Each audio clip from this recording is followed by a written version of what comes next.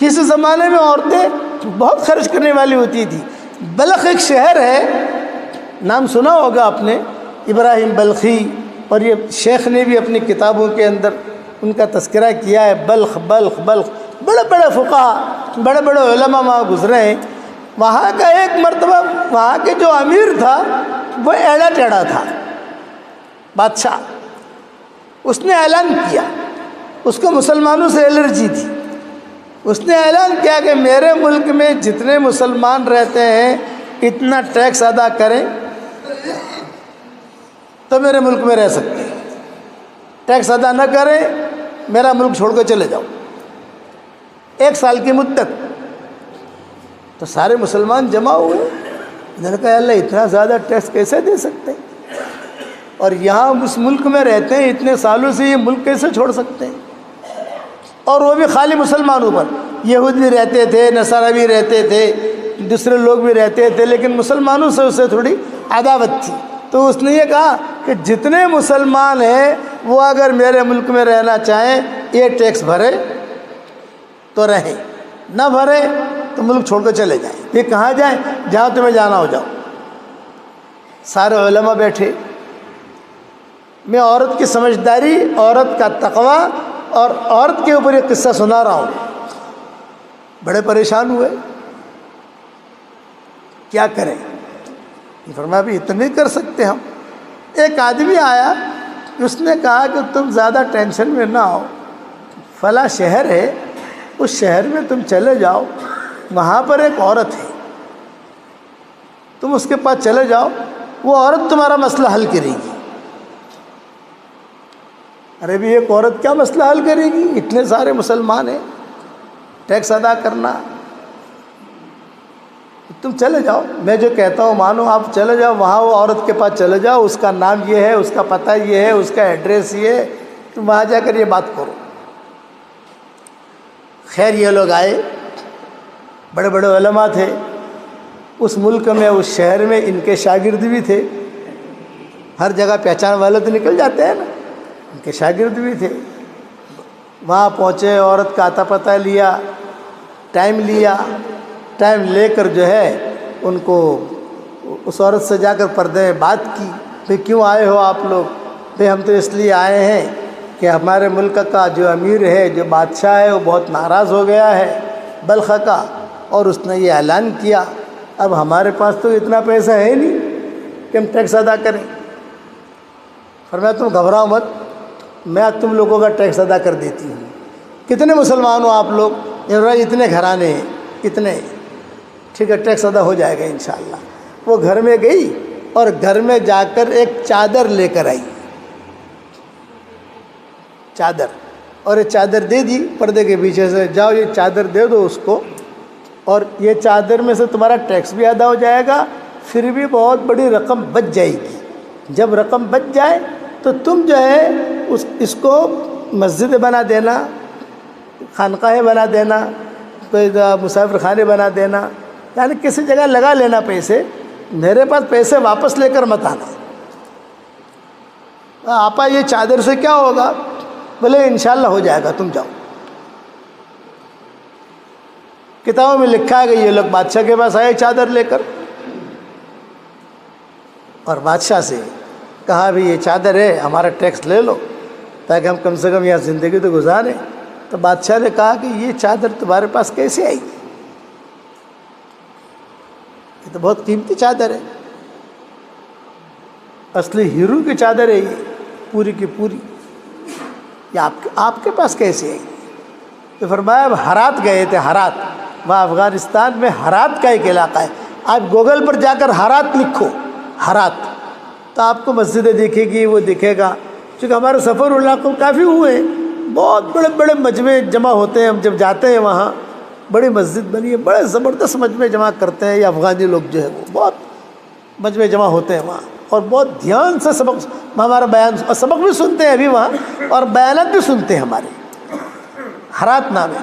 تو بولے گا وہ ہرات گئے تھے، وہاں جا کر جو ہے یہ چادر لائے، اور اس نے آپ اپنا ٹیکس لے لو، جو پیسہ بچے ہمیں واپس دے دو. تو اس بادشاہ نے کہا آپ کو چادر دی کس نے؟ کہ ایک عورت نے دی. بھئی ایک عورت اگر یہ سخاوت کر سکتی ہے تو میں تو بادشاہ ہوں، میں سخاوت نہیں کر سکتا، جاؤ تم سب کے ٹیکس معاف۔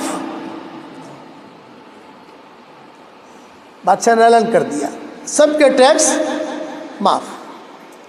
چلو ٹیکس معاف ہو گئے، ابھی چادر کا کیا کریں؟ اللہ والے لوگ تھے، آج کی طرح تو معاملہ تھا نہیں کہ کسی کو پتہ نہیں ہے، ہم 5 ہیں 5 کو پتہ ہے، آپس میں سمجھ گئے نا؟ آج کل کی مٹی تو ایسی ہے نا، اللہ معاف فرمائے۔ اب تو ہماری ماؤں نے دیندار بچے جننے بھی چھوڑ دیے،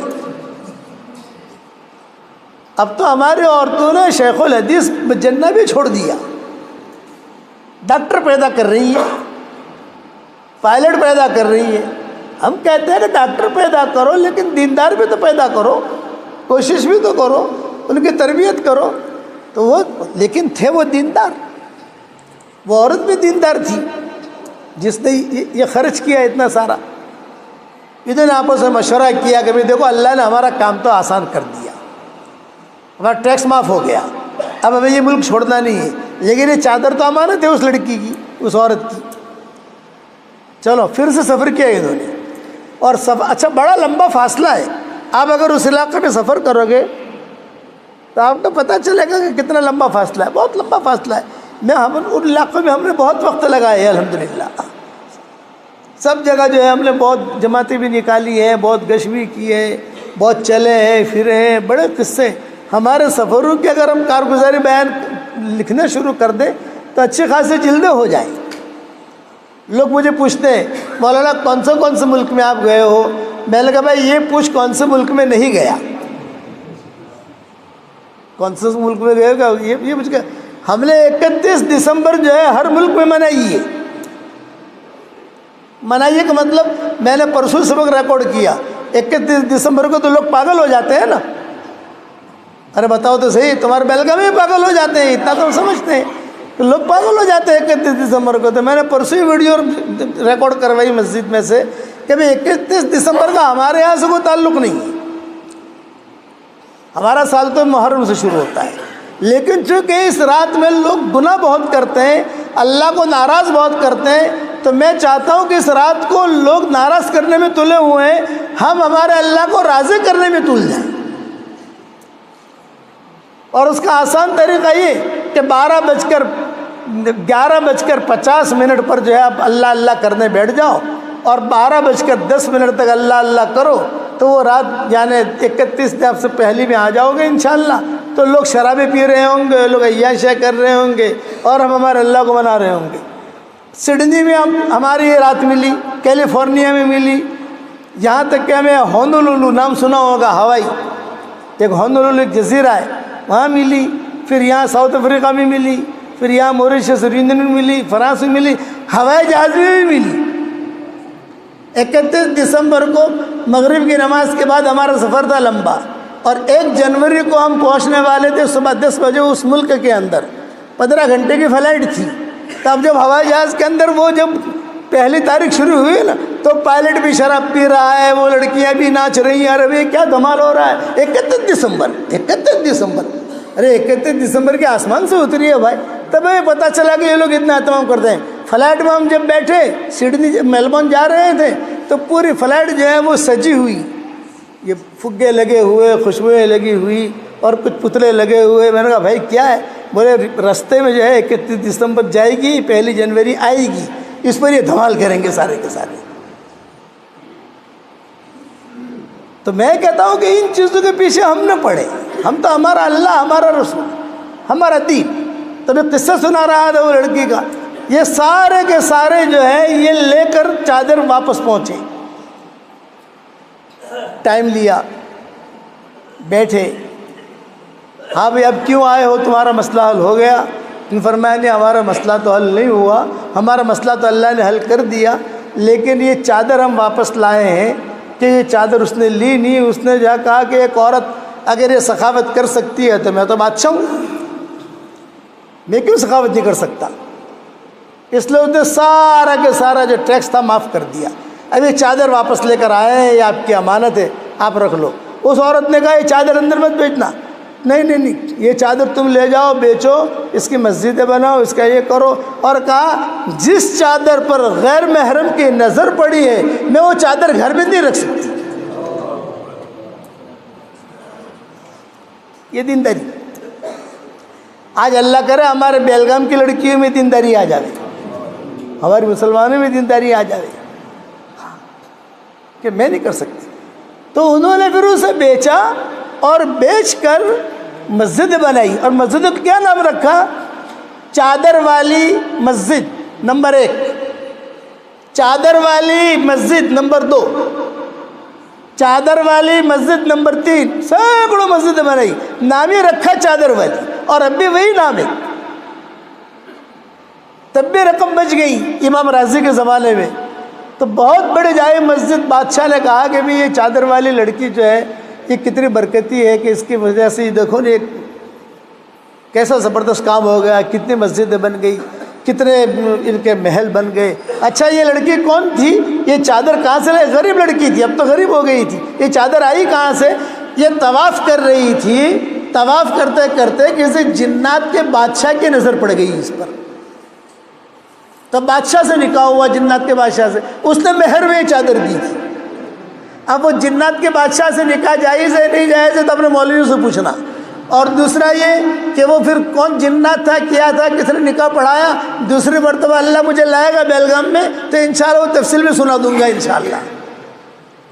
حتیم کے قریب وہ نظر پڑ گئی، عشق ہو گیا اور اس نے جو شادی کر لی اور مہر میں چادر دی تھی. بادشاہ تھا وہ بہت بڑا جناتوں کا، یہ چادر قیمتی بن گئی، ہیرے جواہرات تھے وہ. تو ایک بادشاہ تھا اس زمانے میں، اس نے سوچا کہ میں بہت بڑی مسجد بناؤں. اس نے مسجد بھی بنائی اور مسجد بنا کر یہ چادر والی رقم جو بچی گئی تھی اخیر میں وہ چادر رقم بھی لگائی، اور رقم لگا کر جو ہے سارا کا سارا اس نے مسجد بنائی، زبردست جامع مسجد. اب لوگوں نے کہا کہ صاحب اتنی بڑی مسجد بنائی ہے تم نے تو اس کا امام بھی اتنا اونچا ہونا چاہیے. کون لاؤ؟ امام راضی کو لاؤ. امام راضی اس وقت میں جنہوں نے تفسیر راضی لکھی ہے کہ یہ بہت بڑے عالم ہیں اور یہ اس وقت کے بڑے عالم ہیں، ان کو بلاؤ. اچھا بھی امام راضی آئیں گے، آپ بادشاہ سلامت ہو، آپ کے ملک میں رہتے ہیں، بادشاہ کی بات مانیں گے. اچھا چلو، مسجد جب تیار ہو گئی، مسجد تیار ہونے کے بعد یہ سارا کا سارا قافلہ امام راضی کے پاس آیا، وہ بھی دور وہاں سے. اب یہ وہ مسجد تو اب تک موجود ہے، ہرات والی، ہرات جامع مسجد. یہ گوگل پہ لکھو آپ، وہ سارا آ جائے گا. اور اگر ہوا تو میرا فوٹو بھی دیکھے گا کہیں نہ کہیں، بہن کرتے ہوئے، یہ کرتے ہوئے، ہرات جامع مسجد.